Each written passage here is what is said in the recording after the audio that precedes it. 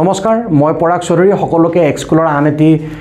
Interesting ভিডিঅ'লৈকে সকলোকে স্বাগতম জনাইছোঁ সো আমি দেখা পাওঁ যে জেনেৰেলি ক্লাছ 12 ৰ পিছত ষ্টুডেণ্টে মই কি পঢ়িম আগন্তুক বা কি কোৰ্স ল'ব গৈ আছো তাক লৈ কনফিউজ হৈ থাকে সো সকলো ষ্টুডেণ্টক আমি লিখিছোঁ যে confused about right career option so mainly ষ্টুডেণ্টবোৰে মেডিকেল ইঞ্জিনিয়াৰিং বা সচৰাচৰ 2-3টা লাইনৰ উপৰি বেছি কোৰ্স বা কেৰিয়াৰৰ বিষয়ে গম নাপায় আৰু এটা সাৰ্ভে অনুসৰি ইণ্ডিয়াত এতিয়াও 93% ষ্টুডেণ্টে অকল 7টা কেৰিয়াৰৰ বিষয়ে গম পায় আৰু সেই 7টা কেৰিয়াৰ যদি মই তোমালোকক ক'ব খোজো সেইকেইটা হ'ল আমাৰ ল ইঞ্জিনিয়াৰিং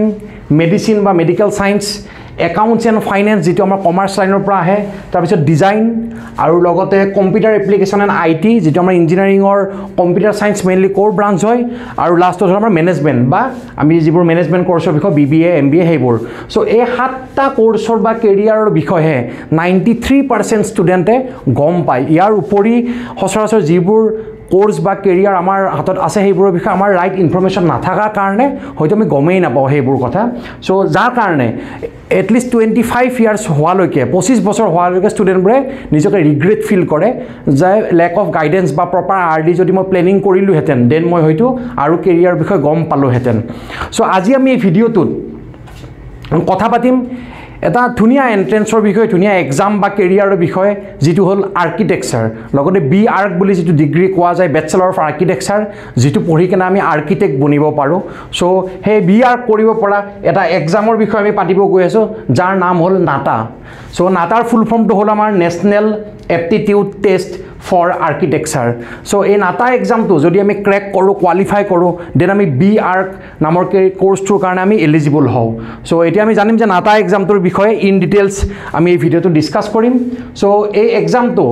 বাকি এক্সামবোৰৰ দৰে 3 ঘণ্টাৰ মানে 180 মিনিটৰ এক্সাম হয় যেটো ফুল মাৰ্কছ আহে আমাৰ 200 মাৰ্কছ 200 মাৰ্কছৰ পৰীক্ষা হয় 3 ঘণ্টাত আমি 200 মাৰ্কছৰ কোৱেশ্চন কৰিব লাগিব তাৰ লগতে আমি সো এই যেটো আমাৰ কোৱেশ্চন পেপাৰ থাকিব 200 মাৰ্কৰ কোৱেশ্চন পেপাৰখন হেতু জেনেৰেলি দুটা ভাগত ভাগ কৰা থাকে সো পাৰ্ট এ আৰু পাৰ্ট বি পাৰ্ট এ তো হয় আমাৰ 80 মাৰ্কৰ 80 মাৰ্কছৰ পেপাৰ আৰু পাৰ্ট বি তো হয় আমাৰ 120 মাৰ্কছৰ পেপাৰ পাৰ্ট এ তো জেনেৰেলি আমাৰ ড্ৰয়িং টেষ্ট হয় য'ত আমি স্কেচিং ভিজুৱেল এবিলিটি বা ক্ৰিটিকেল থিংকিং সো সেইবোৰৰ ওপৰত সেই কোৱেশ্চন পেপাৰটো ডিজাইন হৈ থাকে আৰু পাৰ্ট বি তো হ'ল আমাৰ জেনেৰেল এপ্টিটিউড টেষ্ট যেটো আমাৰ ফিজিক্স কেমেষ্ট্ৰি আৰু মেথছৰ ওপৰত সেই গোটে পেপাৰ পাৰ্ট বি তো ডিজাইন হৈ থাকে সো পাৰ্ট এত অকল 3টা কোৱেশ্চনে আহে যি 3টা কোৱেশ্চন কমপ্লিটলি ড্ৰয়িং স্কেচিং ভিজুৱেলিটিৰ ওপৰত হয় আৰু পাৰ্ট বিত 120 নম্বৰৰ কোৱেশ্চন আহিব যেটো আমাৰ PCM ৰ ওপৰত মেইনলি নিৰ্ধাৰিত হৈ থাকে তাৰ পিছত আমি যদি এক্সামটো কোৱালিফাই কৰিব লগা হয় তাৰ ক্ৰাইটেৰিয়াবোৰ কেনেকুৱা বুলি যদি ক'ব যাওঁ সো ইয়াতে ইন্ডিভিজুৱেল কাট অফ থাকে যেটো আমাৰ JEE এডভান্সত আমাৰ ইন্ডিভিজুৱেল কাট অফ থাকে যেনেকৈ যে মই প্ৰত্যেকটো পাৰ্টত কোৱালিফাই কৰিব লাগিব নট ওভাৰঅল মানে কাট অফ সো যেহেতু আমাৰ এটা পাৰ্ট দুটা হয় পাৰ্ট এত আমি আউট অফ 80 মাৰ্কছ এটলিষ্ট 20 আমি পাব লাগিব তেতিয়াহে মই সেই পাৰ্ট এৰ ইন্ডিভিজুৱেল কাট অফটো মই কোৱালিফাই কৰিম আৰু পাৰ্ট বিত আমি আউট অফ 120 আমি 30 মাৰ্কছ স্ক'ৰ কৰিব লাগিব তেতিয়াহে মই এলিজিবল হ'ম গোটে হোল এক্সামটোৰ কাৰণে কোৱালিফাই কৰিবৰ কাৰণে এনেকুৱা নহয় যে মই 80 ৰ ভিতৰত 50 পালো বাট এই 120 ৰ ভিতৰত মই 10 পালো দেন অলসো আই এম ডিসকুৱালিফাইড মই ডিসকুৱালিফাই যাম কাৰণ মই তেতিয়া পাৰ্ট বিৰ মই ইন্ডিভিজুৱেল কাট অফটো মই ক্ৰেক নকৰিম বা কোৱালিফাই নহবগে পাৰ্ট বি তো আৰু পাৰ্ট এ তো যেহেতু আমাৰ ড্ৰয়িং আৰু স্কেচিংৰ ওপৰত হয় সেই কাৰণে পাৰ্ট এ তো আমাৰ পেন পেপাৰ বেসড হ'ব য'ত আমি পেন পেপাৰ ইউজ কৰি কেনে সেই পাৰ্ট এ তো আমি কৰিব লাগিব এটেম্প কৰিব লাগিব আৰু পাৰ্ট বি তো আমাৰ PCM ৰ ওপৰত হয় ফিজিক্স কেমেষ্ট্ৰি মেথছৰ ওপৰত আৰু পাৰ্ট বি তো আমাৰ কমপ্লিটলি কম্পিউটাৰ বেসড টেষ্ট হয় যাক আমি CBT বুলিও কওঁ সো এইটো হ'ল আমাৰ গোটে ষ্ট্ৰাকচাৰটো গোটে নাটা এক্সামটোৰ ষ্ট্ৰাকচাৰটো ঠিক এনেকুৱা ধৰণৰ হয় সো তাৰপিছত আমি জানিম যে ইয়াৰ ভিতৰৰ চৰা যে পাৰ্ট বিত আমাৰ যেটো মেথমেটিক্স আহিব মই যেটো ক'লো যে পাৰ্ট বিত আমাৰ মেইনলি PCM থাকিব PCM পাৰ্ট বিত আৰু এই PCM ৰ যে মেথমেটিক্স পাৰ্টটো থাকিব হেতু ক্লাছ 9 বা 10 বেসডে হয় নট ক্লাছ 12 বেস ক্যালকুলাস বা লাইক আমাৰ প্ৰবাবিলিটি যিবোৰ টাফ চেপ্টাৰ সেইবোৰ জেনেৰেলি নাথাকে এটো কমপ্লিটলি 9 আৰু 10 বেসৰ মেথমেটিক্সটো সিম্পল এলজেব্ৰা ক্যালকুলেশন এটি আমৰা হৈ যায় বাট এটা জেনাৰেল নলেজও আহিব জেনাৰেল যেহেতু এপ্টিটিউড টেষ্ট হয় এটা জেনাৰেল নলেজৰো যথেষ্টখিনি কোৱেশ্চন দেখা যায় এতিয়া হ'ল যে আমি ইণ্ডিভিজুৱেল কাট অফটো গম পালোঁ যে আমি আউট অফ 80 20 পাব লাগিব আৰু আউট অফ 120 30 পাব লাগিব বাট অভাৰঅল কাট অফটো জেনেৰেলি যদি দেখা যায় জেনেৰেলৰ কাৰণে 200ৰ ভিতৰত 70 হয় সো এইটো আমি এনেকৈ ক্যালকুলেট কৰিলে নহব যে মই 20 আৰু 30 50 পালো সো 200ৰ ভিতৰত 50 টো মোৰ কাট অফ নেকি নহয় অভাৰঅল কাট অফটো 70 হয় বাট হেকিটা আছিল আমাৰ ইণ্ডিভিজুৱেল কাট অফ যে পাৰ্ট এত মই কিমান পালো মিনিমাম যাতে মই মেৰিট লিষ্টত আহিবৰ কাৰণে এলিজিবল হও বাট জেনেৰেলি দেখা যায় যে জেনেৰেলৰ কাৰণে কাট অফটো আমাৰ 70 হয় আউট অফ 200 সো এতিয়া যদি মই চাব যাও যে এটা ভাল স্কোৰ এটা কেনেকুৱা স্কোৰ পালে মই ভাল এখন কলেজৰ কাৰণে এলিজিবল হম সো সেই স্কোৰটো হল আমাৰ 130 আউট অফ 200 200ৰ ভিতৰত যদি মই 130 পাবলৈ সক্ষম হও দেন মই এখন ডিসেন্ট বা এখন ভাল কলেজ অফ আৰ্কিটেকচাৰ পাবলৈ মই সক্ষম হম সো আমি সকলোৱে টাৰ্গেট কৰাটো উচিত যদি মই বিআৰ বেচেলৰ অফ আৰ্কিটেকচাৰ পঢ়িব খোজো দেন মই আউট অফ 200 যাতে 130 40 প্লাস বাদে মই কেৰি কৰিব পাৰো এটা কথাটো হ'ল যে নাটা কেইবাৰ হ'ব বছৰকত কেইবাৰকে হ'ব নাটাটো আমাৰ তিনিবাৰকে হয় তিনিবাৰ কন্ডাক্ট কৰা যায় এটা বছৰত তিনিবাৰকে হ'ব আৰু আমি তিনিবাৰে দিব পাৰিম হেতু বিষয় মই জনাম আগত যে তিনিবাৰে আমি হে এক্সামটো এটেম্প কৰিবলৈ পাৰিম যেনেকৈ আমাৰ জেই মেইনছ ইঞ্জিনিয়াৰিং বিটেকৰ কাৰণে যে এডমিশন হয় হেতু আমাৰ বছৰকত দুবাৰকে হয় জানুৱাৰীত এবাৰ এপ্ৰিলত এবাৰ আৰু আমি দুইবাৰে এটেম্প কৰিবলৈ পাৰো আৰু আমাৰ best of the two exam আমাৰ কনসিডাৰ কৰা হয় ফাইনেল মেৰিট লিষ্টৰ কাৰণে সো মই কৈছিলো অলপ আগত যে ক্যান্ডিডেট এজনে তিনিবাৰকে নাটাটো এটেম্প কৰিব পাৰিব গোটেই 3 টাইমছ আৰু best of 3 will be considered for the selection process হেই তিনিটা এক্সামৰ যেটো মোৰ সকলোতকৈ বেষ্ট মাৰ্কস হ'ব হেতুহে অটোমেটিক্যালি কনসিডাৰ হ'ব মোৰ সিলেকশন ক্ৰাইটেৰিয়াৰ কাৰণে ইয়াতে সিলেকশন ক্ৰাইটেৰিয়াটো অকমান বেলেগ ধৰণৰ মই জনাম এতিয়া সো আমি আহো অলপ সিলেকশন ক্ৰাইটেৰিয়াৰ বিষয়ে এটা ফাইনেল মেৰিট লিষ্ট যিখন আমাৰ মেৰিট লিষ্ট ওলাব যে নাটাৰ কাৰণে যিখনৰ দ্বাৰা আমাৰ কলেজ সিলেকশন হ'বগে সেই ফাইনেল মেৰিট লিষ্টটো ক্যালকুলেট হ'ব দুটা পৰ্যায়ত এটা হল যে আমাৰ 12ৰ যেটো মাৰ্কস ক্লাস 12ত যেটো আমি মাৰ্কস পাম তাৰে 50% আমাক লাগিব সাপোজ মই 60% পালো সো তাৰে 30 হি ক্যালকুলেট হ'ব মানে 50% অফ দা টোটাল পার্সেন্টেজ আৰু নাটাত মই যেটো ওভাৰঅল স্কোৰ পাম যেনিবা দুখৰ ভিতৰত যেনিবা মই 100 পালো দেন মোৰ তাৰ পৰা 50 মাৰ্কস এটাহে আহিব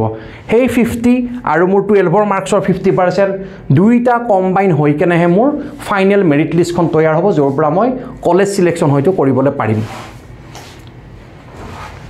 এতিয়া হৈছে নৰ্মেল এলিজিবিলিটি ক্ৰাইটেৰিয়া যে মই কি হলে মই নাটা এক্সামটো দিবলৈ পাৰিম মোৰ কি ক্ৰাইটেৰিয়া থাকিব লাগিব সো জেনেৰেলি মই সায়েন্সৰ ষ্টুডেন্ট মানে মই পিসিএম থাকিব লাগিব এই তিনিটা সাবজেক্ট আৰু 50% ওভাৰঅল মোৰ পাৰ্সেন্টেজ হ'ব লাগিব এগ্ৰিগেট ওভাৰঅল গোটেই ক্লাস 12ৰ ফাইনেল এক্সামিনেশনত তেতিয়া মই নাটা এক্সামটো মই দিবলৈ মই এলিজিবল হৈ উঠিম এতিয়া কিছুমান জেনেৰেল ইনফৰমেশন নাটা এক্সামটোৰ ওপৰত যে অলমোস্ট 600 কলেজেছ আমাৰ সিলেকশন হয় 600 কলেজেছত অলমোস্ট নাটা এক্সামৰ থ্ৰুৰে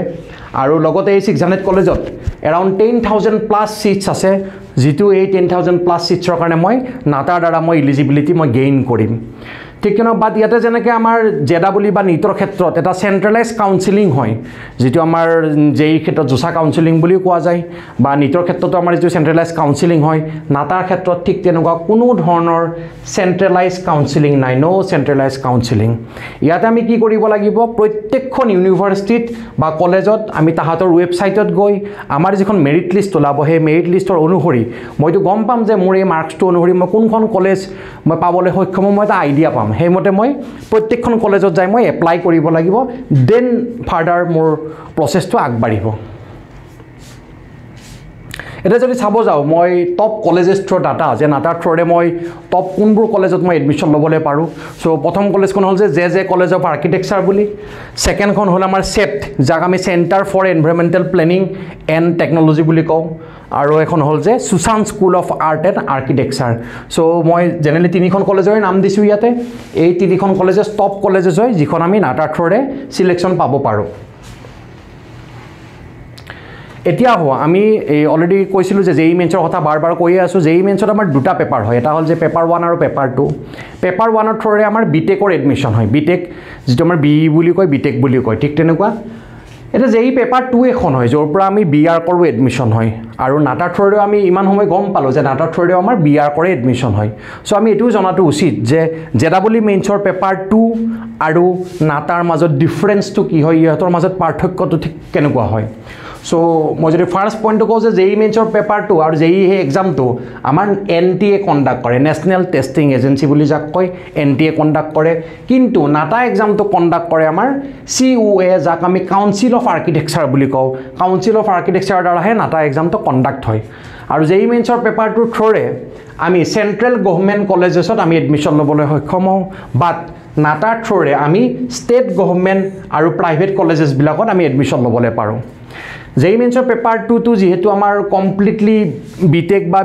BEৰ পিছতহে কণ্ডাক্ট হোৱা এখন পেপাৰ হয়, ইয়াতে মেইনলি আমাৰ মেথমেটিক্সটো ক্লাছ 12 বেছড হয়। ক্লাছ 12 মানে ক'ব গ'লে ৰিলেটিভলি টাফ হয় ফ্ৰম নাটা। নাটাৰ মেথছটো যথেষ্ট ইজি থাকে as compare to JEE mains পেপাৰটো। আৰু নাটাৰ যিটো আমাৰ মেথছ আহে সেইটো কমপ্লিটলি ক্লাছ 9 বা 10 বেছড হয় অলমষ্ট। ইয়াৰ উপৰি আমাৰ এই JEE মেইনছৰ পেপাৰটোত যিটো থাকে তাত ড্ৰয়িংটো ইজি হয়, ড্ৰয়িংটো ৰিলেটিভলি ইজি ড্ৰয়িং আহে, যিখন ড্ৰয়িঙৰ পেপাৰ থাকিব। আৰু নাটাত যিটো আহে সেইটো ড্ৰয়িংটো ৰিলেটিভলি অলপ টাফ আহে এজ কম্পেয়াৰ টু JEE মেইনছৰ পেপাৰ। আৰু JEEত আমি জানোৱে সকলো +4 -1 মাৰ্কিং স্কিম হয়। চ' ইয়াতে মাইনাছ মাৰ্ক আছে, মানে নিগেটিভ মাৰ্কিং আছে, বাট ইয়াতে কোনো ধৰণৰ নিগেটিভ মাৰ্কিং নাই নাটা এক্সামটোত।